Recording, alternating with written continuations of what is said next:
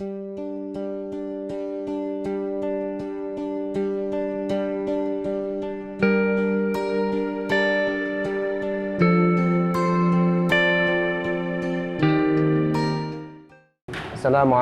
warahmatullahi wabarakatuh.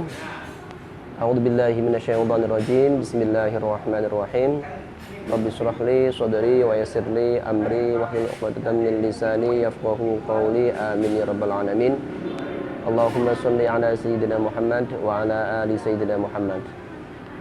Terima kasih pada kesempatan kali ini kami dirawui teman-teman di Suara Sidoarjo untuk memberikan kisah inspiratif, riwayat kehidupan kami, bagaimana dari kami kecil sampai dengan sekarang ini.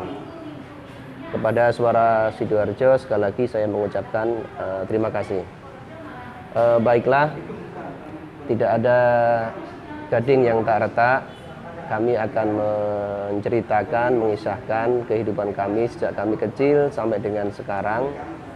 Alhamdulillah Allah mengkaruniakan sukses kehidupan ini karena beberapa pilar, beberapa key sukses yang insya Allah akan kami ceritakan mulai dari awal sampai sekarang. Alhamdulillah, sejak 43 tahun yang lalu kami lahir di sebuah desa di kaki Pegunungan Muria, tepatnya di Desa Bergat, Gembong, Kecamatan Gembong, Kabupaten Pati. Sebagaimana yang dilakukan oleh anak-anak dulu, kami sekolah di SD di sana, SMP di sana, SMA di kota di Pati. Lalu pada tahun 95 saya hijrah ke Solo karena Allah menakdirkan kami harus bekerja dulu sebelum kami kuliah di Gajah Mada. Jadi awal pertama kali menikmati kemandirian untuk menjalani aktivitas usaha, yaitu kami bekerja di Sekolah Tinggi Teknik Kimia Surakarta. Waktu itu kami bekerja di laboran. Sambil bekerja saya mempersiapkan diri untuk mengikuti UMPTN. Jadi saya setahun bekerja di Solo, kemudian bekal bekerja itu saya gunakan untuk sekolah atau kuliah. Sahabat Suara Sidoarjo yang dirahmati Allah, kami meyakini bahwa dalam bekerja, dalam berusaha dan berikhtiar ataupun belajar waktu itu, saya mendapatkan suatu ilmu yang tidak mungkin, yang sangat berharga, yang tidak mungkin kami lupakan, yaitu bahwa kesungguhan, ketekunan itu melahirkan apa yang disebut sebagai kesuksesan. Manjada wajada. Siapa yang sungguh-sungguh pasti akan berhasil. Saya melihat ketika saya SD, SMP, bahkan SMA, karena bekal kesungguhan dan ketekunan ini, alhamdulillah sepanjang kecil sampai dengan saya SMA, saya bisa meraih ranking pertama. Itu karena upaya kesungguhan dan ketekunan. Kenapa saya tidak bisa masuk di UMPTN waktu itu? Karena saya lebih fokus untuk mempersiapkan diri bagaimana bisa masuk di Akabri, tapi Allah mengendaki lain sehingga saya menolak tawaran untuk ikut jalur PMDK, jalur khusus masuk perguruan tinggi negeri tanpa tes, tapi tidak saya ikuti. Dan karena hal itu saya kemudian memutuskan untuk bekerja dulu, cari sangu untuk bisa sekolah. alhamdulillah selama di Jogja, selama saya kuliah di Universitas Gadjah Mada, dan 2 tahun kemudian saya kuliah juga, masuk kuliah lagi di UIN Jogja. Alhamdulillah selama di Jogja saya manfaatkan waktu untuk belajar mengaji di pesantren Al-Muhsin dan juga pesantren Falakiyah Jogja. Dan selain juga kuliah di Gadjah Mada, saya juga kuliah di IAIN. Bagaimana bisa mengatur waktu? Karena saya sendiri juga di Jogja juga bekerja. Jadi untuk mencukupi kebutuhan kuliah itu saya juga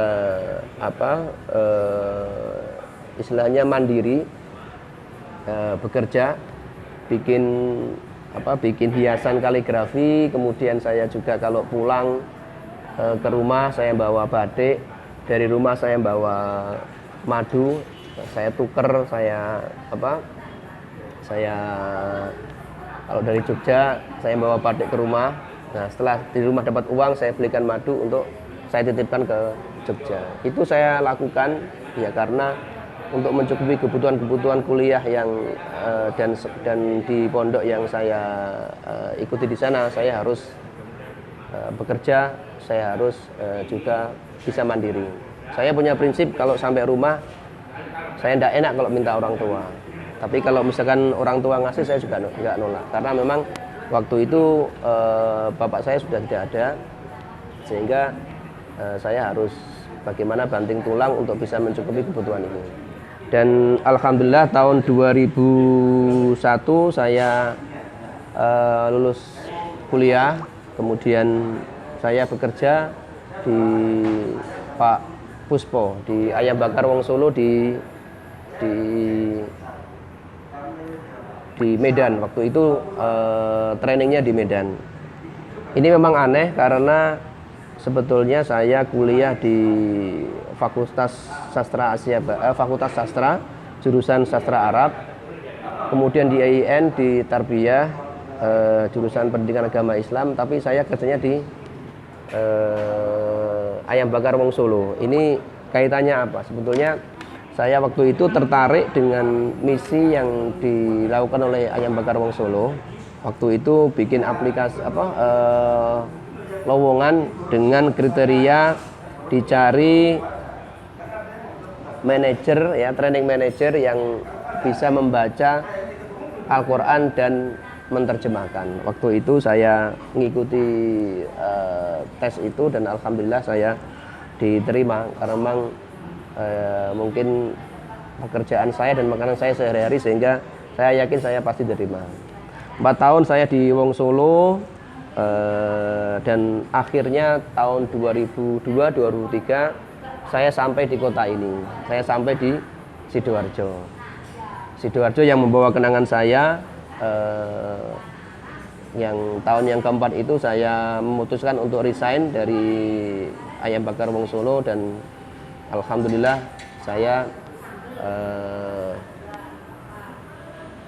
memutuskan untuk 3 tahun kemudian menekuni di kuliner. Awalnya memang sangat berat ya karena saya masih ngontrak, masih harus nyicil sepeda motor, masih ya punya istri dan waktu itu masih punya anak 1. Saya selama 3 tahun ini ya sendiri untuk bagaimana keluarga bisa survive. Saya memutuskan untuk resign dari Wong Solo, kemudian saya menjalani masa-masa ya sebagai pengangguran, tapi waktu itu saya gunakan kesempatan jualan batik, jualan sarung, ya, marketing rumah, marketing mobil, apapun yang pekerjaan yang halal saya lakukan.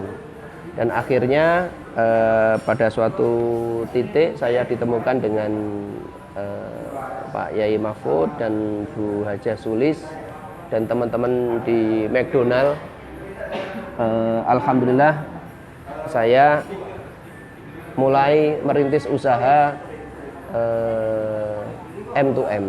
Tapi sebelum di M2M, saya bikin gerobak, ya, bikin gerobak dorong atau apa makanan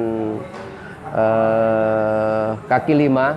Saya jualan kaki lima di dekat Jalan Pahlawan itu di Sidoarjo, yang kalau pulang saya sering melihat lokasi M2M itu, saya fatihai setiap malam. Kalau saya pulang dorong gerobak itu saya fatihai.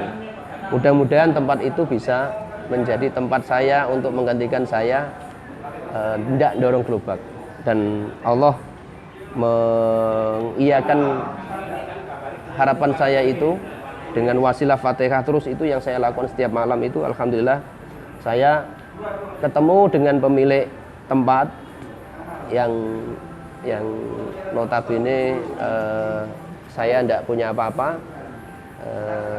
Alhamdulillah beliau merelakan tempatnya untuk saya pakai. Demikian juga saya ketika saya kos dulu di Wonoayu di tempatnya Bu Haja Sulis, beliau menanggung semua biaya yang saya habiskan yang saya keluarkan untuk waktu itu untuk berdiri M2M. Dan Masya Allah, Alhamdulillah itu adalah cikal bakal pertama kami mendirikan M2M, dan sekarang kurang lebih sudah 40 cabang, Alhamdulillah. Dan di tempat ini kami juga membuka usaha bernama Asap-Asap sebagai varian dari traditional food ketika saya belajar Wong Solo dulu. Dan Alhamdulillah dari usaha Asap-Asap saya bisa menciptakan brand GoFish, Bang Toyib, kaki lima setik, dan Alhamdulillah semuanya berjalan. Dan saat ini kami bisa bersama anak-anak untuk bersatu padu, satu langkah, satu visi, satu tujuan untuk menjadikan perusahaan kuliner terdepan dalam layanan dan kualitas yang kesemuanya mempunyai pilar sosial atau berbagi, material, ya, kita mencari rezeki yang halal, kemudian edukasional, kita mendidik anak-anak kita supaya mereka bisa punya pengalaman, dan ketika mereka mau bergabung dengan kita ajak untuk menjadi manajemen yang handal dan spiritual. Nah, itulah 4 pilar yang kita pegang teguh sebagai upaya untuk mencerdaskan kehidupan ini. Mungkin demikian yang bisa kami sampaikan. Terima kasih atas waktu dari Suara Sidoarjo. Semoga ini bisa bermanfaat untuk kita semua. Assalamualaikum warahmatullahi wabarakatuh.